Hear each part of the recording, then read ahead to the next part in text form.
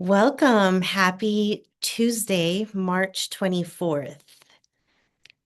We are so glad you are joining us today. We have a lot of families signing in right at this moment, so we're going to hang tight for just a few seconds.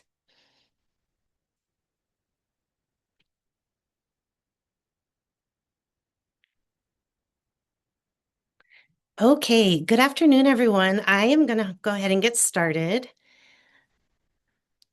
We are so glad that you are joining us today for our Meal Plans Coffee Chat.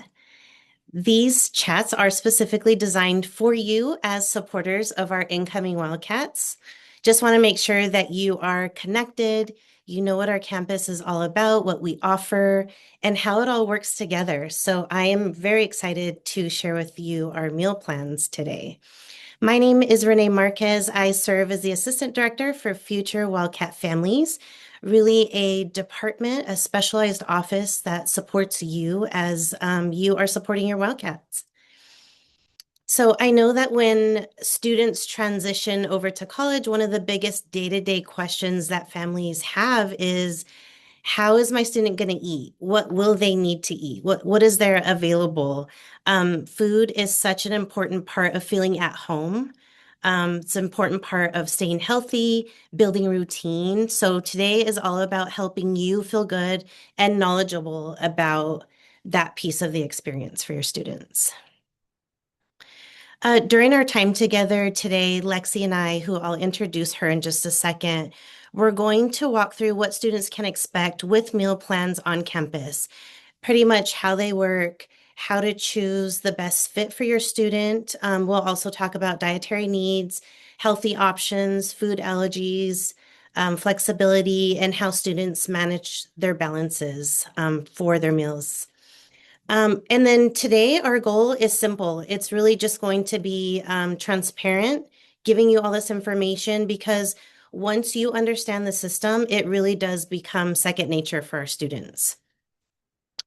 So before we begin, I just want to share a few housekeeping reminders. Just reminder, we're on a Zoom webinar, so your chat and your video, your sound, that's all turned off. But what you can do is use the Q&A on the bottom of your screen, hover over that, and you're able to ask us any questions throughout the webinar. We have a fantastic team behind the scenes. Just a shout out to thank you all for being here to help out with our questions for our families today. We are recording this session, so you can find that on our website, futurefamily.arizona.edu. That will be right under the Coffee Chats tab. So without further delay, I just want to introduce you to Lexi Zopek. She is our Associate Director for Meal Plans and Business Services in the Arizona Student Unions here at the University of Arizona. Lexi, thank you so much for being here and sharing your expertise today. I think you're on mute, Lexi. Thank you. I'm always so excited to talk about meal plans and to help students and families have this first kind of round of information about it. And I want to reassure everybody right now that you are going to hear so much from me and my team over all of the portions of the orientation process that will get you all feeling 100% confident before your student lands on campus. Thank you, Lexi. So let's go ahead and get started. Our families are here. They're interested in learning about all things dining, all things meal plans. Can you start with telling us about what can students expect with a meal plan here on campus? Sure. So the meal plan is really your students' ticket to over 30 dining locations on campus. And if you've visited campus, you've probably seen the student union and been through the food court. You might have seen the Starbucks at the bookstore. But we do have over 30 locations on campus, including all you care to eat locations, which are what you might think of as our traditional cafeterias. We have grocery markets and we have cafes as well as sit-down restaurants. So a lot of options for your student, and they'll have access to all of that through a meal plan. If students are living on campus, they are required to have a meal plan, but we recommend them for all incoming freshmen in some capacity because it really does provide that level of security and confidence about knowing that they can eat when they're hungry. You know that they're going to have access to food and you don't have to worry about those panicked calls about, I don't have lunch today and I don't know what I'm going to do. So that meal plan is a good security blanket for everyone as you start off your adventures at college. Perfect. So we have some requirements when it comes to meal plans. How does that work? So like I said, those freshmen who live on campus, and that's considered a first-time, first-year student who are living on campus, and then all Honors Village residents, so that's throughout their time in Honors Village, are required to have one of our swipe meal plans. Most students choose the 9 swipe or the 12 swipe meal plan, although the 9 swipe is also really common with folks who plan to rush or who have family in town because they might spend a little bit more time at home on the weekends and things like that. Students will be able to select their meal plan. Depending on where you're living, it's going to be a little bit different. So students who are going to be living off campus will select their plan starting on June 1st. And that'll be through our meal plans website. And for students who are going to be living on campus, they'll select through the housing portal as part of their room selection process. So you can't miss it if you're living on campus. It just is going to happen a little bit later in the process. I like to remind everybody up front, these meal plans are purchased for the full academic year. So it's a commitment that you're making to the plan for the full duration of this freshman year. And then I also like to remind, especially with parents on this call particularly, that FERPA regulations prevent us from sharing certain information with parents and guardians, regardless of whether you have a waiver from your student. And it has to do with financial information. So if you want to call and talk with us or make changes to your student's plan, have them call with you. Get on a group chat, do an email together for us so that we can see, and then we're happy to talk to everybody about what's going on. And Lexi, students who have meal plans, are they able to access their own, like on a daily basis? Can they access what they have left or anything like on a website? Yeah, there's actually a couple options. They're going to have access to the Cat Cloud through Student Center, and that has the meal plan information on it. There's some quick tiles that show swipes and dining dollars. They can see it through the Arizona app, which is a great app. It has maps and tons of information and interactive stuff for students. And then they can also see it through the meal plans portal, which is also where they will go to add additional funds or manage their plan. Perfect. Okay, let's break it down. Let's look at these meal plans here. All right, this is where everybody panics because there are a lot of parts, but complexity equals flexibility for students. It gives them a lot of options, and it's not as hard as it seems like it's going to be with all of these moving parts. So there are 3 pieces that come with a swipe meal plan, and the first is swipes. And this is primarily what students are going to use to pay for their meals on campus. They are the best value for our all you care to eat locations. So Cactus Grill and Radicchio are here at the Student Union. 85 North is up at Honors Village, and that gets you in to eat, and they can eat whatever they want. There is hot food, there's a salad bar, there are comfort options, there's homemade omelets and custom pizza and stuff like that. So there's a ton of options for them there. But if they would prefer to go to the market or to one of our a la carte locations, they can also use the swipe there, and it has a value of $11.50. So if I go to market and I want to buy groceries, I might spend several swipes at a time, and they're going to each have a value of $11.50. Those swipes are loaded monthly. This is going to give students the flexibility to budget their swipes over the course of weeks, which is great for students who may go home on the weekend and they would normally miss out if it was a true weekly allocation. But it does mean that they also have to take proactive steps to manage their swipes. If they end up with too many swipes at the end of the month, they do run into trouble using them in our experience, and they do not roll over. So these swipes do expire at the end of the month. And students can use up to 5 swipes per day, which means that, again, they don't have to just use the number of swipes that would average for their plan on a daily basis. The second part is the Dining Dollars Plus, and this is the part that gives the added flexibility so that if a student makes a purchase that is more than or less than the value of a swipe, those dining dollars are going to help bridge the gap. So a $5 coffee and bagel, we're not wasting a swipe. You're going to use your dining dollars. You use that, make that purchase at the market and it's $37. You're not going to quite get there with swipes. You'll fill in the end, that end of that purchase with the dining dollars.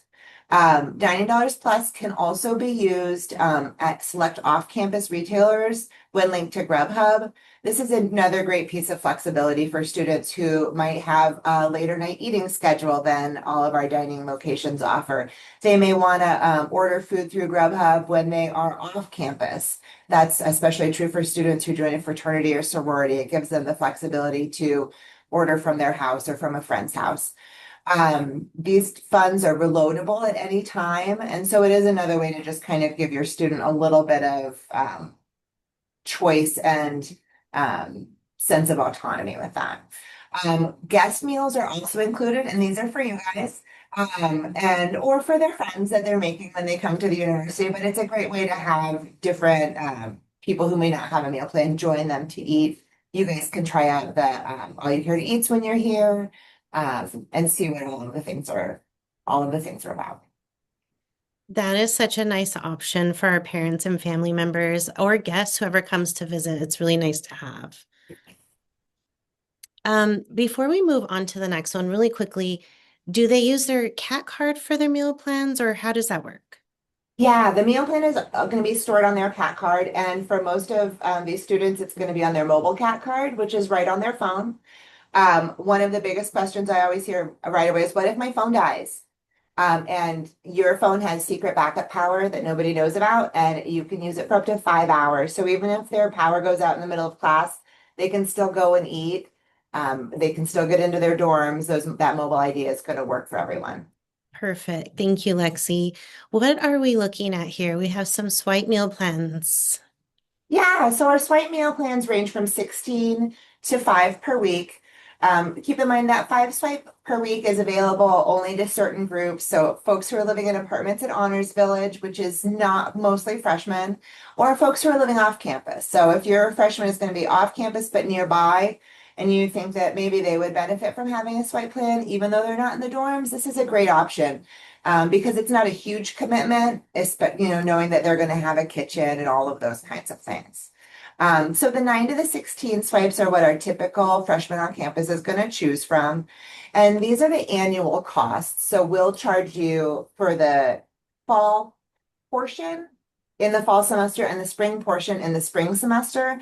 That makes it a lot easier because most students do choose to pay through the bursar so that you can use your financial aid, grant money, 529, GI Bill, whatever funds you're going to be using to pay for your students' tuition and other expenses. The meal plan can be included in that. The dining dollars plus amount on each meal plan is also the annual amount. So students will receive half of that in the fall and half in the spring, and then the same again with guest meals. So we're not only does this help you budget when you're paying, but this also helps student budget when they're spending. We do see students as they're getting used to it can sometimes move through those dining dollars faster than we expect. And this helps them to see like exactly what's available for this semester and know that more is coming in the final semester. Perfect. This is great information, Lexi. And I just want to, just because I see it coming up here in the chat, you have our annual costs here. That means the annual cost is both spring and the fall semester. But you only charge per semester is what you said, correct? Right. Okay. Yeah. So we charge for the first half in the fall semester and then the second half in the spring semester. Okay. I just want to make sure everybody heard that part. I see that we have like our numbers on here. So okay to move on. Okay. Okay, so we have dates.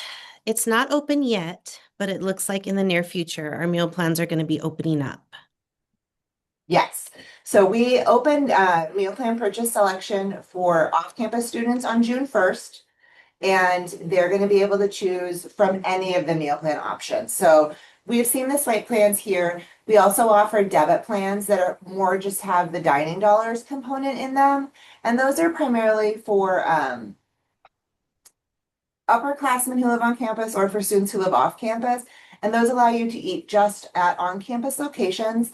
And we'll talk a little bit about where to find out more information if your student falls into that category.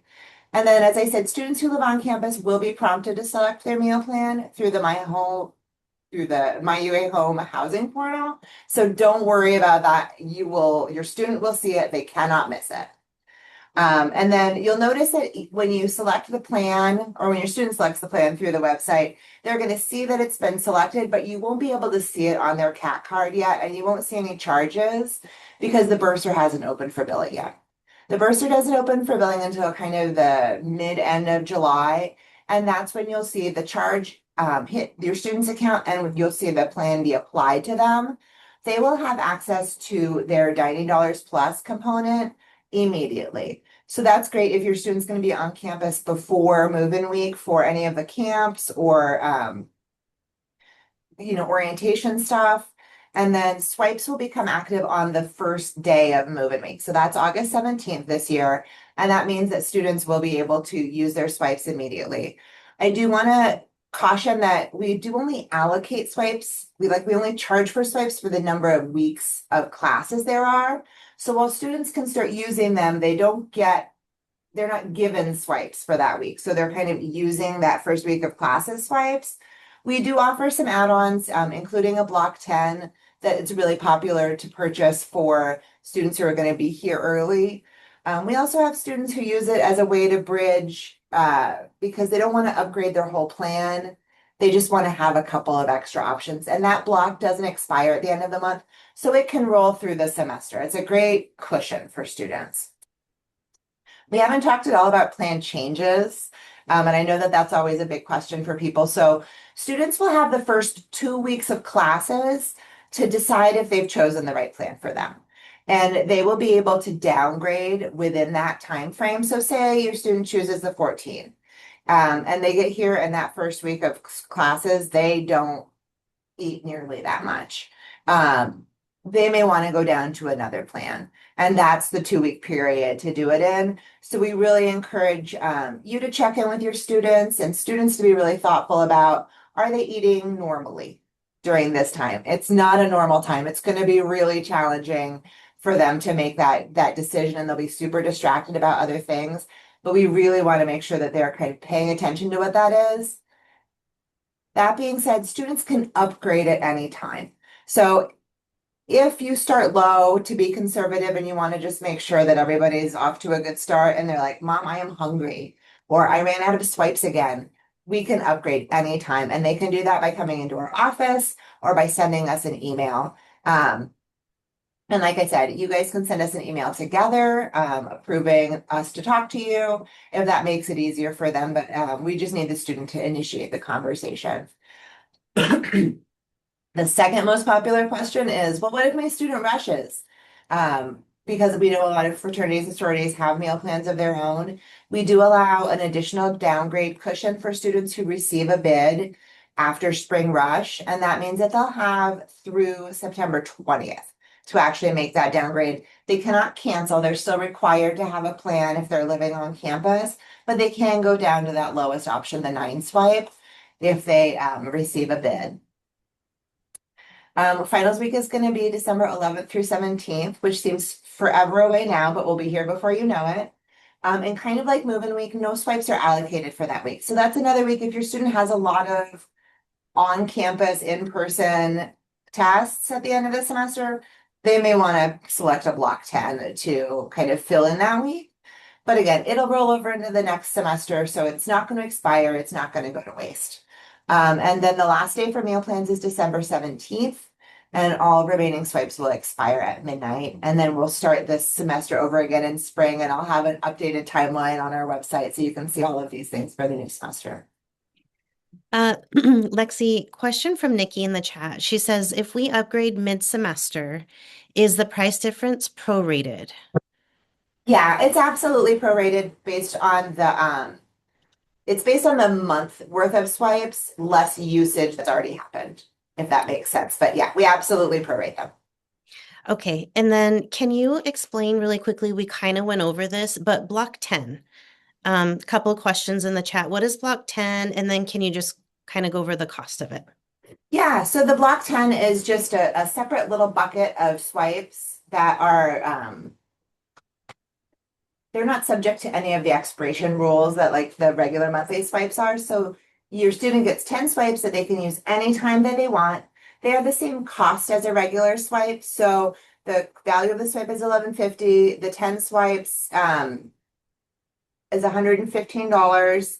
I think I did that math right in my head. I couldn't remember for a minute. So it should be $115 for the block 10, and it's just a flat rate. And then that's going to be on their student's meal plan account. And it's going to function from a purchasing perspective, from their usage perspective. They won't see a difference between the block 10 swipes and their regular swipes. So it's pretty seamless, and they can add that anytime. Perfect. Thank you for going over that. Yeah. Um, okay. There are a lot of questions about allergies. I see that you have this nifty guide. Can you explain it? Yeah, so the dining guide is kind of the omnibus resource for dining and meal plans. It shows information about all of our dining locations on campus, and it has information about nutrition on campus, and that goes from making healthy choices to really serious concerns about allergens. Our head of dining is a registered dietitian, and she has done a ton of work with FARE and with other allergy programs to help make sure that all of our dining locations are able to ensure that students are dining safely. And we know that depending on the severity of the allergen, it could be, would prefer not to eat to cannot have, medical issue. And all of those things can be accommodated. If you have a concern about a specific medical condition, I really encourage you to reach out to our nutrition team. And their email is SU as in student union dash nutrition at arizona.edu. And they'll be able to speak to specific allergens and kind of help determine whether or not it's possible for us to accommodate that allergen or not. Things like a really severe nut allergy are things that we definitely want to talk to students about. And if you have a student who maybe is concerned about a dietary preference like vegan or who has a religious preference like kosher or halal, these are all things that the nutrition team can help with. And there's specific information for each of those things in there. And the dining guide also has the information about debit plans. This should all be updated through the digital dining guide for the upcoming year's information. And it will continue to be updated as we always make changes to the dining locations over summer. So as those things are added in, they'll switch it up in the dining descriptions as well. So that's kind of fun. You can see things change over the summer. Lexi, you've given us a lot of information, and I think what's happening is that our families are trying to read all the questions in the chat and at the same time trying to listen. Can we just go over a few things, Lexi? Absolutely. Thank you. Let's see. Oh, I'm losing my questions here. So there was one person in the chat. Thank you for your question. So he wanted to kind of go over swipe meal and like the block 10. Can you kind of go over these differences here? So we have swipes, we have dining dollars, and we have also mentioned the block 10 very quickly. So swipes are, think of it like a voucher or a entry ticket. And so if your student takes that to one of our all you care to eat locations, like the cafeteria style locations, they can go in with that one swipe and they can eat whatever they want. They have a whole hour to pick and choose from all of the options. And so that's their best value. But if they take that voucher to, say, Arizona Market, and they want to get a power bar and a Gatorade, we're going to see how much that adds up to, but it's probably something like $8. And so their swipe is too much. And we don't want them to waste the extra value of the swipe. So they have some dining dollars. And so they can use the dining dollars to pay for that Powerade and the protein bar, and walk out. But say they wanted to buy 4 protein bars, and that might end up costing like $14. So then they have this coupon that's worth $11.50, and they can apply it to that purchase, and then they just have the remaining 250. Sorry, I'm doing math in my head again. So they have their remaining 250 and they're going to use their dining dollars to pay for that. So swipes give students flexibility to eat wherever they want on campus. But just remind your student and try it out when you're here. Those all you care to eats give you the best value because on average, it's going to save them $3.50 per meal to eat at the all you care to eat locations versus having to like pay out of pocket or eating at the a la cartes because um, they're kind of designed that way. We want to give students the flexibility and the home cooked options. They have the option to eat wherever they want, but Panda Express and Chick-fil-A are some of the franchises we have on campus, and we're eating there. Otherwise, we can see the prices for that, but it's the best value, and that's why we have the swipes is to give students that leg up on it, but the flexibility to eat wherever they want. Thank you, Lexi. Douglas has a good question in the chat. Do the guest meals expire? And also, can the student use the guest meals? The guest meals expire at the end of the academic year, so they'll have the full year to use them. And yes, students can use them. If they happen to run out of swipes, they're part of the meal plan. Nobody's going to really say no. But I would just caution you that there's really not enough guest meals included to really solve the problem. But if it's like they're getting into a pinch and they need to use it, but it would also be a clue to maybe reevaluate whether your student has the right meal plan. Oh, and then you would wanted to hear a little bit more about the Block 10. So this would be another way for the Block 10 to come into play. If you didn't want to upgrade, they need just a few more swipes a month and they've used all their guest swipes, then the Block 10 would be another little bucket to put on there. And it functions very much like the guest meals. They don't expire at the end of the month. They don't expire at the end of the semester. They're going to roll through to the end of the academic year. So it's just another little cushion. Okay, and then the dining dollars, do they expire at the end of the month? No, dining dollars are for the full academic year. And they'll get half of the dining dollars for the meal plan in the fall. And if they happen to not use them all, they will roll over into the spring semester. So I don't actually see very much of that happening. Students do usually use them. Um, and that's great because they're going to get the same amount the next semester. So if they end up rolling a ton of it over, then they need to be using more of it. But no, those do not expire. Okay, Lexi, this is cute. So Jesse asked in the chat, and I hit live, answer question live, but he's asking if they serve coffee on campus. So much coffee on campus. So much coffee on campus. We have 3 Starbucks locations on campus. We have 2 Einstein Brothers locations on campus. Those are all run by Arizona Dining. We also have coffee. They have a nitro tap at Cactus Grill right now, which is amazing. And yeah, there's coffee. Thank you. Thank you for answering that, Lexi.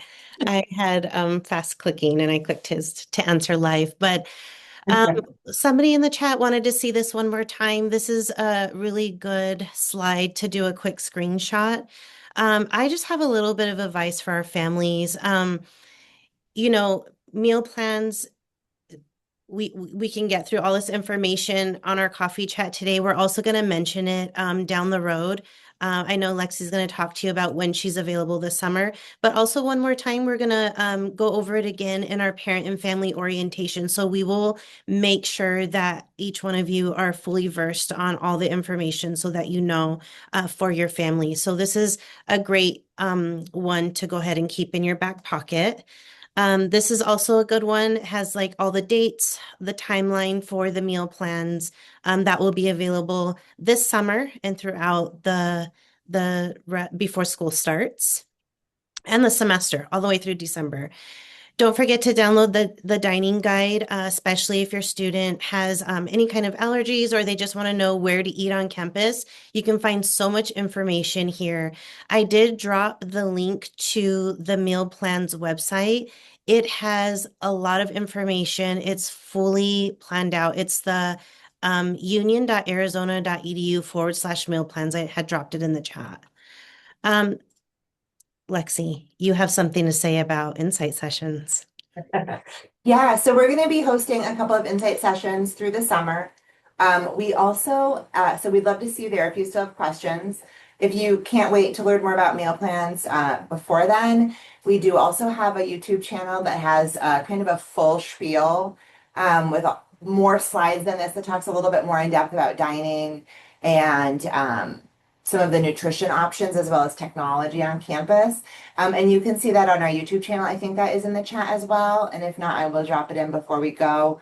But it's another great kind of reiteration. And that one's nice because you can like zoom it back and listen to me say things over and over again.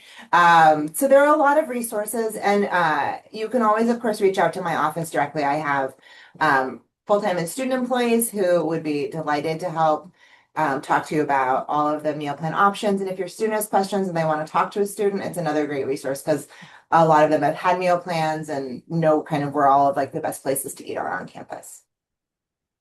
Stephanie in the chat, less logistics, more fun, but she's wondering, how about those cute robots?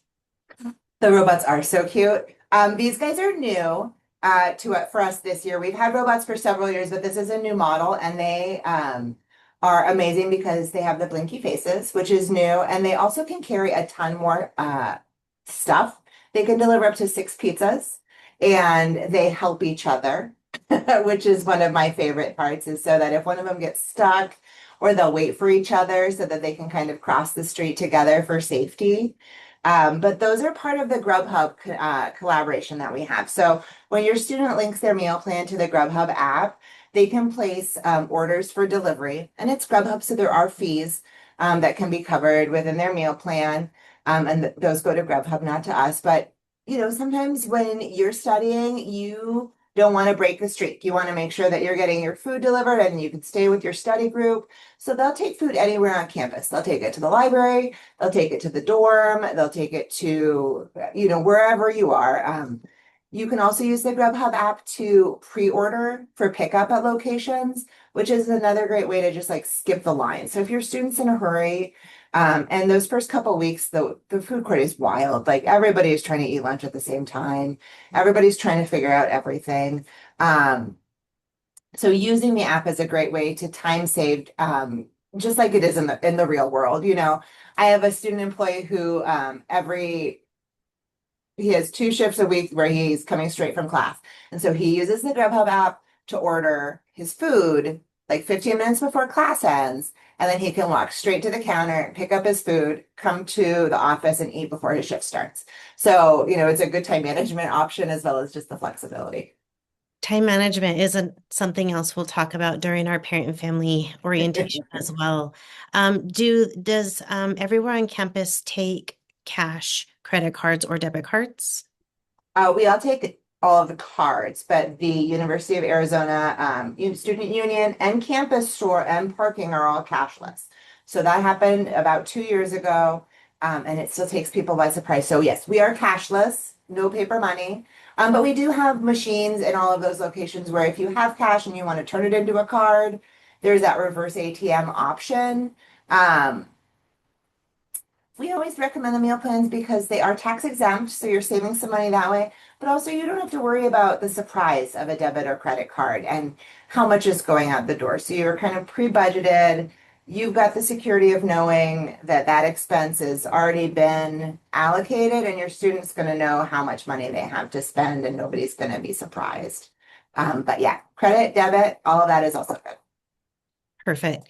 Let's move forward for just a little bit, and then I think we'll help out with the Q&A also. So I just want to let everyone know, I've mentioned a couple times we are going to do a parent and family orientation, and we will be mentioning meal plans again and kind of dive into that and just in case you missed our coffee chat. But Lexi will help us out with that information during that time as well.